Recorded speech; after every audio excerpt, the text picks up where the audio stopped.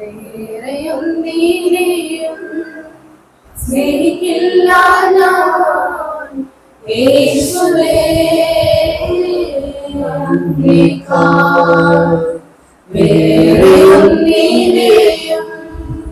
സ്നേഹിക്കില്ല ഞാൻ യേശുവേ. നീ എനിക്കായി ചെയ്തതും നീ എനിക്കായി ചെയ്തതും നീ എനിക്കായി ചെയ്തതും നീ എനിക്കായി ചെയ്തതും അത് കണ്ടിട്ടില്ല, കാതുകളും അത് കേട്ടതില്ല, ഹൃദയത്തിൽ തോന്നിയതില്ല. ഒരു കണ്ണും അത് കണ്ടിട്ടില്ല, കാതുകളും അത് കേട്ടതില്ല, ഹൃദയത്തിൽ തോന്നിയതില്ല. Hallelujah, hallelujah, hallelujah, hallelujah, hallelujah, hallelujah, hallelujah, hallelujah. ആദ്യവും അന്ത്യവുമായോരേ, ജീവൻ ഉറവിടമായോരേ, ഞാനോ നിത്യം ജീവിപ്പാൻ സ്വയലാഭമായോരേ. ആദ്യവും അന്ത്യവുമായോരേ, ജീവൻ ഉറവിടമായോരേ, ഞാനോ നിത്യം ജീവിപ്പാൻ സ്വയലാഭമായോരേ. നമ്മൾ പലവിധമായ വഞ്ചനയിലൂടെ നമ്മൾ കടന്നു പോയിട്ടുണ്ട്. പക്ഷെ ഇന്ന് ഞാൻ സംസാരിക്കാൻ ആഗ്രഹിക്കുന്നത് അങ്ങനെയുള്ള വഞ്ചനകളല്ല. ദൈവത്തിന്റെ വചനം എന്താണ് പറയുന്നത്? വഞ്ചിക്കപ്പെടുന്നു പറയുമ്പോൾ എന്തിനെ കുറിച്ചാണ് പറയുന്നതെന്ന് നമുക്ക് നോക്കാം. 1 തിമോത്തിയോസ് എഴുതിയ പുസ്തകം 2-ാം അധ്യായം അതിന്റെ 14-ാം വാക്യം. ആദാമല്ല സ്ത്രീ അത്രേ വഞ്ചിക്കപ്പെട്ട് ലഗ്നത്തിൽ അകപ്പെട്ടത്. എന്ത് പൗലോസ് എന്താണ് പ്രത്യേകിച്ച് എടുത്തു പറയുന്നുണ്ട്? തിമോത്തിയോസിന് ആദാമല്ല വഞ്ചിക്കപ്പെട്ടത്. ആരാണ് വഞ്ചിക്കപ്പെട്ടത്? സ്ത്രീയാണ്. ആണ് സ്ത്രീ പറഞ്ഞ ഔവ, ആദാമിന്റെ ഭാര്യയാണ് ഔവ. അവളാണ് വഞ്ചിക്കപ്പെട്ടത്. മാത്രമല്ല ലഗ്നത്തിലും അകപ്പെട്ടത്. ഇത് ഒന്നും കൂടെ നമ്മൾ വിസ്താരമായി കാണുമെങ്കിൽ നിങ്ങൾ 2 കൊരിന്ത്യർ ലേഖനം 11-ാം അധ്യായം അതിന്റെ 3-ാം വാക്യം. പൗലോസ് പിന്നെയും കൊരിന്ത്യർ സഭയ്ക്ക് എഴുതുമ്പോൾ എടുത്തു പറഞ്ഞ കാര്യം എന്താണ്? എന്നാൽ സർപ്പം അവരെ ഉപായത്താൽ ചതിച്ചതുപോലെ നിങ്ങളുടെ മനസ്സ് ക്രിസ്തുവിനോടുള്ള ഏകാഗ്രതയും നിർമ്മലതയും വിട്ട് വഷളായി പോകുമോ എന്ന് ഞാൻ ഭയപ്പെടുന്നു. അപ്പോൾ പാമ്പ് അല്ലെങ്കിൽ സർപ്പം എന്ത് ചെയ്ത് അവയെ എങ്ങനെയാണ് ചതിച്ചത്? അല്ലെങ്കിൽ എങ്ങനെയാണ് വഞ്ചനയോട്ട് കടത്തിവിട്ടത്? ഉപായത്താൽ. നമുക്ക് കാര്യങ്ങൾ പറയാം. ഒരു തന്ത്രത്തോടെ പാമ്പ് എന്ത് ചെയ്ത് അവയെ അടുക്കൽ വന്ന് തന്ത്രത്തോടെ കാര്യങ്ങൾ പറഞ്ഞ് ദൈവം കൽപ്പിച്ചത് എന്ത് ചെയ്ത് മാറുവാൻ ഇടയായി. നമുക്ക് വായിക്കാം. ഉൽപ്പത്തി 3-ാം അധ്യായം അതിന്റെ 1 മുതലുള്ള വാക്യങ്ങൾ. ആദ്യത്തെ വാക്യം തന്നെ എന്ത് ചെയ്ത് പാമ്പ് എന്താണ് കൗശലം എഴുതായിരുന്നു. അതെന്ത് ചെയ്ത് പതുക്കെ സ്ത്രീയുടെ അടുക്കൽ വന്ന് തോട്ടത്തിലെ യാതൊരു വൃക്ഷത്തിന്റെ ഫലവും നിങ്ങൾ തിന്നരുത് എന്ന് ദൈവം വാസ്തവമായി കൽപ്പിച്ചിട്ടുണ്ടോ എന്ന് ചോദിച്ചു. ദൈവം കൽപ്പിച്ചിട്ടുണ്ടോ? തോട്ടത്തിലെ സകല വൃക്ഷത്തിന്റെ ഫലവും നമുക്ക് കഴിക്കാം, അത് നിങ്ങൾ ആഹാരമായി എടുക്കും. പക്ഷെ ഒരേ ഒരു വൃക്ഷത്തിന്റെ ഫലം നിങ്ങൾ കഴിക്കരുത്. അതാണ് ദൈവത്തിന്റെ കൽപ്പന. പക്ഷെ ഇവിടെ എന്താണ് പാമ്പ് എങ്ങനെ ചെയ്യുന്നത്? ദൈവം വാസ്തവമായി കൽപ്പിച്ചിട്ടുണ്ടോ എന്ന് ചോദിച്ചു. ഉടനെ സ്ത്രീയുടെ മറുപടി എന്തായിരുന്നു? ദൈവം എന്ത് പറഞ്ഞോ അത് തന്നെ ഇവിടെ ഹവ്വയും പറയുന്നത്. എന്ത് പറഞ്ഞ്? തോട്ടത്തിലെ എല്ലാ വൃക്ഷത്തിന്റെ ഫലം നിങ്ങൾക്ക് തിന്നാം, പക്ഷെ തോട്ടത്തിന്റെ നടുവിലൊക്കെ വൃക്ഷത്തിന്റെ പണം നിങ്ങൾ തിന്നരുത്. അപ്പൊ അതിന്റെ കൂടെ എന്താണ്? തൊടുകയും അരുത് എന്ന് ദൈവം കൽപ്പിച്ചിട്ടുണ്ട് എന്ന് പറഞ്ഞു. ഉടനെ പാമ്പ് അല്ലെങ്കിൽ ശബ്ദം എന്ത് പറഞ്ഞ്? ഉടനെ പാമ്പ് എടുത്ത വാക്ക് എന്താണ് പറഞ്ഞത്? നിങ്ങൾ മരിക്കില്ല നിശ്ചയം. ദൈവം എന്താണ് ആ വിഷയത്തിലെ ഫലം കഴിച്ചാൽ നിങ്ങൾ മരിക്കും എന്ന് പറഞ്ഞത്. പാപം എന്താണ് പറഞ്ഞത്? നിങ്ങൾ മരിക്കത്തില്ല നിശ്ചയം. പറഞ്ഞിട്ട് പറഞ്ഞത് എന്താണ്? പാപം എന്താണ് പറഞ്ഞത്? അത് തിന്നുന്ന നാളിൽ നിങ്ങളുടെ കണ്ണ് തുറക്കുകയും നിങ്ങൾ നന്മ തിന്മകളെ അറിയുന്നവരായി ദൈവത്തെ പോലെ ആദരയും ചെയ്യുമെന്ന് ദൈവം അറിയുന്നു എന്ന് പറഞ്ഞു. പാപം പറഞ്ഞത് സത്യമുണ്ടോ? നമ്മൾ ദൈവത്തിന്റെ വചനം വായിക്കുമ്പോൾ നമ്മൾ ശ്രദ്ധിച്ച് വായിക്കണം. എന്നാൽ ദൈവത്തിന്റെ പരിശുദ്ധാത്മാവാണ് എല്ലാ വാക്യങ്ങളും എഴുതിയിട്ടുള്ളത്. ഇത് പിശാച് എന്താണ് പറഞ്ഞത്? അത് തിന്നുന്ന നാളിൽ നിങ്ങളുടെ കണ്ണ് തുറക്കും. അത് തിന്നപ്പോ കണ്ണ് തുറന്ന ഓക്കെ. നിങ്ങൾ നന്മ തിന്മ അറിയുന്നവരായി ദൈവത്തെ നന്മ തിന്മ അറിയുന്നവരായി അവർ നന്മ തിന്മ അറിഞ്ഞു ആണോ? അറിഞ്ഞു. ദൈവത്തെ പോലെ ആകെയും ചെയ്യുമെന്ന് ദൈവം അറിയുന്നു. ഇത് ശരിയാണോ?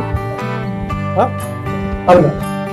അപ്പോ പകുതി സത്യം പകുതി കള്ളമാണ്. അവർ ആൾറെഡി അത് എങ്ങനെയായിരുന്നു? ദൈവത്തെ പോലെ തന്നെയായിരുന്നു. വചനം അങ്ങനെയാണ് പറഞ്ഞത്. ദൈവം തന്റെ സ്വന്തം സാഹചര്യത്തിലാണ് മനുഷ്യനെ അവൻ ഉണ്ടാക്കി അല്ലെങ്കിൽ നിർമ്മിച്ച്. ആദാമിനാണ് എന്ത് ചെയ്ത്? ദൈവം ഒരു വാരി എല്ലെടുത്താണ് ഇത് ചെയ്തത്. അവയെ ഉണ്ടാക്കി. അവരെങ്ങനെയായിരുന്നു? ദൈവത്തിന്റെ തേജസ്സായി നിന്ന വ്യക്തികളാണ്. പക്ഷെ ദൈവം പറഞ്ഞതിപ്പം പിശാചിന് പറഞ്ഞതിപ്പം എന്താണ് വ്യത്യാസം? അവരെ കണ്ണ് തുറന്നിരുന്ന ഈ തങ്ങൾ ദൈവം ഉണ്ടാക്കിയപ്പോൾ നഗ്നരാണ്. അവർക്ക് യാതൊരുമായ ഡ്രസ്സൊന്നും ദൈവം തന്നിട്ടില്ല. പക്ഷെ ഈ പഴം കഴിച്ചപ്പോൾ അവർക്ക് എന്തായി? കണ്ണ് തുറക്കപ്പെട്ടു. അവർ തന്നെ കാണുവാനുള്ള അത് ദൈവത്തിന്റെ തേജസ് മാറി. ദൈവത്തിന്റെ തേജസ് അവരുടെ ശരീരത്തിൽ മാറിയത് കൊണ്ടാണ് സ്വയം അവർ കാണുവാൻ ഇടയാണ്.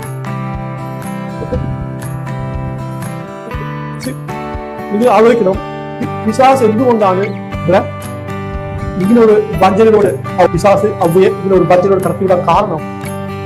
ദൈവത്തിന്റെ പദ്ധതിയുണ്ട്. ഒരു മനുഷ്യനെ കർത്താവ് നിർമ്മിച്ച് അവനിലൂടെ എന്താണ് ഈ ദേശത്തെ അല്ലെങ്കിൽ ദേശത്തെ മുഴുവനും അവൻ രാജാവായി അതിന് എന്ത് ചെയ്യണം? ആധിക്യം അല്ലെങ്കിൽ റൂൾ ചെയ്യണം. അവൻ മക്കളെ പെട്ടെടുക്കണം. ഇതാണ് ദൈവത്തിന്റെ പദ്ധതി. പക്ഷേ പിശാച് എന്ത് ചെയ്ത്? അത് ഇതൊക്കെ ഒരു ദിവസം കൊണ്ട് സംഭവിക്കത്തില്ല. ഇത് വർഷങ്ങൾ എടുത്ത് കാണും. ഒറ്റ ദിവസം കൊണ്ട് ഒന്നല്ല പിശാച് അവയെ കൈവശത്തിൽ സമയങ്ങൾ എടുത്ത് പതുക്കെ വന്ന് ഇങ്ങനെ സംസാരിച്ചാണ് അവസാനം അവൾ എന്ത് ചെയ്ത്? പിശാചിന്റെ വാക്ക് കേട്ട് അവൻ എന്ത് ചെയ്ത്? ആ വൃക്ഷഫലം അവൾ കണ്ടപ്പോൾ വചനം അത് കാണുവാൻ ഭംഗിയും തിന്മാൻ രുചിയുള്ളതും എപ്പോഴാണ് തോന്നിയത്? ഒറ്റ ദിവസം കൊണ്ടല്ല, വർഷങ്ങളായിട്ട് അവൻ അതിന്റെ പുറകെ നടന്ന് പറഞ്ഞപ്പോൾ അത് കണ്ടപ്പോൾ അന്ന് അവൾക്ക് എന്തായി? ഒരു വ്യത്യാസം കാണുവാൻ ഇടയായി. അതുകൊണ്ട് എന്ത് ചെയ്ത്? അവൾ അത് പഴം എടുത്ത് അവൾ കഴിച്ച് തന്റെ ഭർത്താവിനെ അവൾ കൊടുത്തു. ഓക്കെ, ഇത് കേൾക്കട്ടെ. നമ്മുടെ ജീവിതത്തിലോട്ട് വേണം. നമ്മുടെ ജീവിതത്തിൽ ദൈവം നമുക്ക് ദൈവത്തിന്റെ വാഗ്ദാനങ്ങൾ ദൈവം നമുക്ക് നൽകിയിട്ടുണ്ട്. നിങ്ങളുടെ ജീവിതത്തിൽ എത്ര വാഗ്ദാനങ്ങൾ ദൈവം നിങ്ങൾക്ക് സാധിപ്പിച്ചിട്ടുണ്ട്? നമ്മൾ അങ്ങനെ ചോദിച്ചാൽ നമ്മുടെ ജീവിതത്തിൽ സാധിപ്പിച്ചത് കാട്ടിലും ഇനിയും സാധിപ്പിക്കാത്ത കുറെ വാഗ്ദാനങ്ങൾ നമ്മുടെ ജീവിതത്തിൽ ഉണ്ട്. അപ്പോൾ നമുക്ക് തന്നെ കർത്താവ് നമ്മൾ പറഞ്ഞല്ലോ, എന്തുകൊണ്ട് ഇത് നടന്നില്ല, ഇതുവരെ എന്തുകൊണ്ട് നടന്നില്ല? നിങ്ങൾ ചിന്തിക്കുമ്പോൾ പതുക്കെ തന്നെ വിശ്വാസം നിങ്ങളുടെ ചെവിയിൽ ഒന്ന് പറയാം, അത് നടക്കത്തില്ല. വിശ്വാസം നന്നായിട്ട് അറിയാൻ നിങ്ങളുടെ ചിന്തകളെ നിങ്ങൾ എന്താണ് ചിന്തിക്കുന്നത്? നിങ്ങൾ ചിന്തിച്ച് കഴിയുമ്പോഴാണ് അവർ നിങ്ങളുടെ അടുക്കൽ വന്ന് പറയുന്നത് അത് നടക്കത്തില്ല. ഈ പ്രാർത്ഥിച്ചു നോക്കുക, നടക്കില്ല. അപ്പൊ നമുക്ക് തന്നെ സംശയം എന്താണ്? പിശാച് അവനെ ഉപായത്താൽ അവൻ ചതിച്ചപ്പോൾ നമ്മുടെ അടുക്കള ഇതുപോലെ വന്നാണ് അവൻ എന്താണ് പറയുന്നത്? ഒരു സംശയം നമ്മുടെ ജീവിതത്തിൽ അവൻ ഇട്ടുകൊടുക്കും. നമ്മൾ ആ സംശയത്തെ നമ്മൾ ഇട്ടുകൊടുത്താൽ നമ്മൾ എന്ത് ചെയ്യാം? അത് ഏറ്റെടുത്ത് അത് നമ്മുടെ ഹൃദയത്തിൽ വെച്ച് അത് നമ്മൾ എന്ത് ചെയ്യാം? താലോലിച്ച് നമ്മൾ അങ്ങനെ പോകും. ആദ്യം ഒരു കുഴപ്പമില്ല, ആദ്യ സമയത്ത് നിങ്ങൾക്ക് യാതൊരു പ്രയാസമില്ല.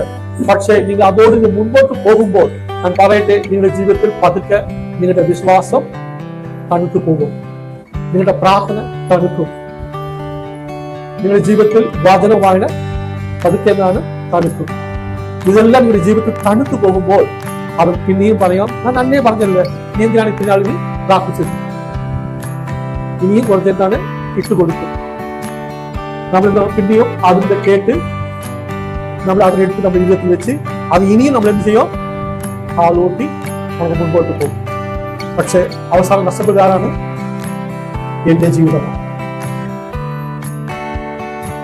ഈ പലസാലം ഞാൻ പറയട്ടെ, നിങ്ങളുടെ ജീവിതത്തിൽ ദൈവം വാക്ക് വെച്ചിട്ടുണ്ടെങ്കിൽ അവൻ വാക്കുമാറ ഒരു മനുഷ്യനല്ല. ചിലപ്പോൾ നിങ്ങളുടെ സാഹചര്യങ്ങൾ ദൈവം നിങ്ങളുടെ കുടുംബത്തിലോ അല്ലെങ്കിൽ നിങ്ങളുടെ വ്യക്തിപരമായ ജീവിതത്തിലോ ഇനിയും ആ വാഗ്ദാനം നിങ്ങളുടെ ജീവിതത്തിൽ നടന്നിട്ടില്ലെങ്കിൽ ഓർക്കുമെങ്കിൽ ഞാൻ പറയട്ടെ, അതിന്റെ സമയം വന്നിട്ടില്ല. പലപ്പോഴും നമ്മൾ ചിന്തിക്കുന്നത് എല്ലാം നമ്മുടെ സമയത്ത് നടക്കണമെന്നാണ് നമ്മൾ ആഗ്രഹിക്കുന്നത്. പക്ഷെ ദൈവം ആഗ്രഹിക്കുന്നത് അങ്ങനെയല്ല. ദൈവം ദൈവത്തിന്റെ സമയത്തെ പ്രവർത്തിക്കും. അത് നമ്മുടെ ജീവിതത്തെ നന്മയായി മുറിയും. നമുക്ക് ഒരു ഉദാഹരണം പറയാം. യോസേഫ് നമുക്ക് എല്ലാം കേട്ട കാര്യങ്ങളാണ്. അവൻ രണ്ട് സ്വപ്നം കണ്ട് നമ്മുടെ ജീവിതത്തിൽ ആ സ്വപ്നത്തിന്റെ കാരണം എന്താണ് സംഭവിച്ചത്? ഒരിക്കലുമില്ല. അവൻ ദൂരത്ത് നിന്ന് കണ്ടപ്പോൾ ചേട്ടാ പറഞ്ഞത് എന്താണ് പറഞ്ഞത്? അസുരിയോടെ പറഞ്ഞോ സ്വപ്നം കാണാൻ പറഞ്ഞിട്ടുണ്ട്. അവിടെ ഇത് എന്താണ്? അവിടെ കൊല്ലണമെന്നൊരു പദ്ധതി മാത്രമേ ഉണ്ടായിരുന്നു. അവന് വന്നുകൊണ്ട് അവൻ ചെയ്ത് അവന്റെ ഉടുപ്പെല്ലാം ഊരിയെടുത്തു. അപ്പോഴത്തെ കാണിക്കാനായിട്ട് നിന്റെ മോൻ മരിച്ചെന്ന് കുഴിയിട്ട് പിന്നെ അടിമയായി വെച്ചു. അവൻ കണ്ട് ധരിച്ച സ്വപ്നത്തിലും സംഭവിക്കുന്ന കാര്യങ്ങളെല്ലാം സെയിം ആണോ? ഒരിക്കലുമില്ല. പക്ഷെ വർഷങ്ങൾ എടുത്ത് പക്ഷെ അവൻ കടന്നുപോയെല്ലാം ദൈവത്തിന്റെ പദ്ധതിയായി. അതുകൊണ്ട് എനിക്ക് പറയാനുള്ള ഇത്രയേ ഉള്ളൂ, നമ്മുടെ ജീവിതത്തിൽ വിശ്വാസം നമ്മൾ ഭജിക്കരുത്. വേറെ ഒന്നുമല്ല, ദൈവത്തിന്റെ വചനത്തിൽ നമ്മളെ മാറ്റുവാൻ ശ്രമിക്കും. അതുകൊണ്ട് നിങ്ങളുടെ വചനം അല്ലെങ്കിൽ ദൈവം നിങ്ങളുടെ ജീവിതത്തിൽ നൽകപ്പെട്ട ഏത് വാക്യമായിട്ടാണോ അത് വിശ്വാസത്തോടെ മുറുകെ പിടിക്കുക. വാക്ക് പറഞ്ഞവൻ തക്ക സമയത്ത് അത് നിങ്ങളുടെ ജീവിതത്തിൽ അവൻ എത്തിച്ചേർക്കും. ഒരിക്കലും പിശാച് ചെവി കൊടുക്കരുത്. അവൻ നടക്കത്തില്ല, ഇനി മുന്നോട്ട് പോകത്തില്ല എന്ന് നിങ്ങളുടെ ജീവിതത്തിൽ പറയുമ്പോൾ നിങ്ങൾ പറയണം, എന്റെ കർത്താവ് വാക്ക് പറഞ്ഞെങ്കിൽ അവൻ ചെയ്തേ മതിയാകും. അങ്ങനെ വിശ്വാസത്തോട് പറഞ്ഞാൽ മാത്രമേ ഈ ശബ്ദത്തിൽ നിങ്ങൾക്ക് മാറുവാൻ കഴിയൂ.